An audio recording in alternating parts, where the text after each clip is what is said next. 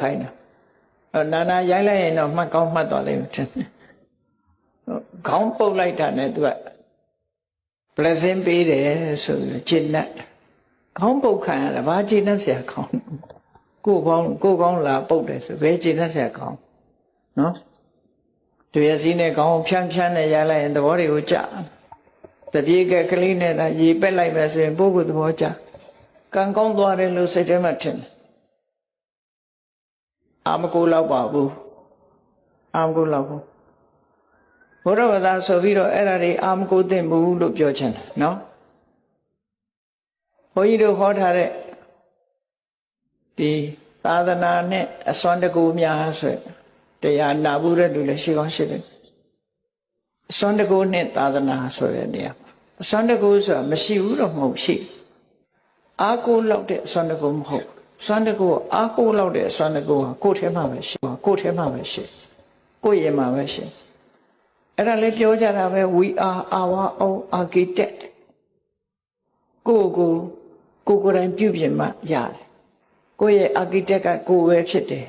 ကိုယ်ဘဝကိုယ်ပဲပုံဖော်ရမယ်သူများပုံဖော်တာမဟုတ်ဘူးဘာသာတွေကိုလိုက်ကြည့်လိုက်မယ်ဆိုရင်ဘုရားသခင်လူတော်ကြဆွဲဘာသာတွေဟာအများကြီးနေဘုရားသခင်လူတော်ကြဆိုပြီးတော့တရားစဉ်းစားကြည့်လို့ရှိရင်အသိဉာဏ်ကိုထိတ်တန်းမတင်လို့အဲ့ဒါလိုဖြစ်တယ်အလုံးကအသိဉာဏ်ကိုထိတ်တန်းတင်စေခြင်းနဲ့ဟုတ်ဟုတ်စဉ်းစားမြတ်စွာဘုရားကတော့စဉ်းစားခိုင်းနေအကုန်လုံးသူပြောတာတောင်မယုံနဲ့အောင်စဉ်းစားလို့ခိုင်းတာသူ့ကိုလည်းဝေဖန်ခိုင်းတယ်တရားကုံတော်6ပါးတဲ့သိတယ်မဟုတ်လားတန်ဒိဋ္ဌိကိုယ်တိုင်မြင်နိုင်တယ်ကိုယ်တိုင်သိနိုင်တယ်သို့တော့ကိုယ်တိုင်သိဆိုလူတိုင်းသိလားလို့ဆိုပစ္စတံဝေရိတဘောဝိညုဟိပညာရှိမှသိမှာအသိဉာဏ်ရှိဖို့လိုတယ်အဲ့ဒါကြောင့်မလို့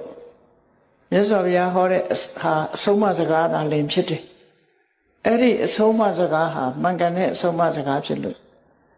နားထောင်ရုံတသက်နဲ့မပြီးပါဘူးဆေးနဲ့အလားတရန်တူတယ်ဆေးဆိုတာတောက်မှအကျိုးရမှာဖြစ်တယ်ညွှန်ကြားထားတဲ့ဆေးကိုတောက်ဖို့လိုတယ်လို့ပဲမြတ်စွာဘုရားရဲ့အဆုံးအမဆိုတာလဲဘာလဲလို့မေးလို့ရှိရင်မလုပ်ရမှနဲ့လုပ်ရမှာဒီနှစ်ခုပဲပြောတာနော်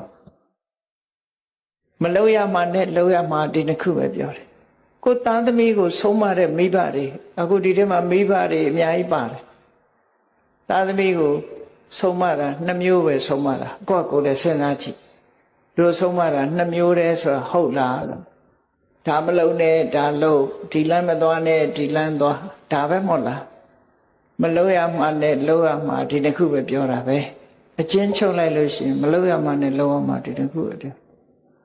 မြတ်စွာဘုရားကလည်းဆုံးမတယ်ဆိုတာဒါပဲပြောတာဒါမလုံးနဲ့ဒါလုံး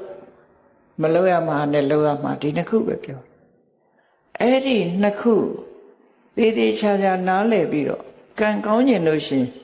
မလုပ်ရမှကိုရှောင်လုပ်ရမှကိုလှုပ်ဆောင်ဟောတာကံကောင်းခြင်းအကြောင်းပဲဖြစ်တယ်နော်စေရနာကောင်းလင်ကံကောင်းသည်လို့ပြောတာဟာကစေရနာတစ်ခုတည်းကိုဥတည်ပြောတာအခုဒီကနေ့ညမြတ်စွာဘုရားဟောတဲ့တုတ်တန်တစ်ခုအရကံကောင်းအောင်တို့ဘာတွေလုပ်ရမလဲ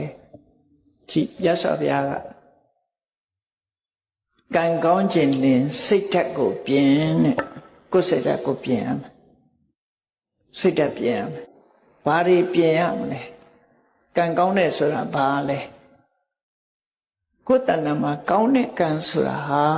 ကောင်းကျိုးချမ်းသာပေးမှကံကောင်းတယ်လို့ခေါ်တာလေကံဆိုတာ2မျိုးပဲရှိတယ်ကုသိုလ်ကံနဲ့အကုသိုလ်ကံကုသိုလ်ကံဆိုတာကောင်းတဲ့အပြစ်ကင်းပြီးကောင်းကျိုးချမ်းသာတွေကိုပေးတာကိုကုသိုလ်ကံလို့ခေါ်ပြီးတော့အကုသိုလ်ကံကြတော့အပြစ်ရှိပြီးတော့ဆင်းရဲတဲ့အကျိုးကိုပေးတာကိုအကုသိုလ်ကံလို့ခေါ်တယ်အဲ့တော့ကံကောင်းဆိုတာကုသိုလ်ကံကိုပြောပြီးကံဆိုးဆိုတာအကုသိုလ်ကံကိုပြောတယ်နော်လောကလူတွေကကံဆိုးကံကောင်းကိုကုသိုလ်အကုသိုလ်ကံမပြောဘဲနဲ့ထီပေါက်ရင်လည်းကံကောင်းတယ်လို့စီးပွားဥစ္စာတက်လာရင်လည်းကံကောင်းတယ်လို့ထင်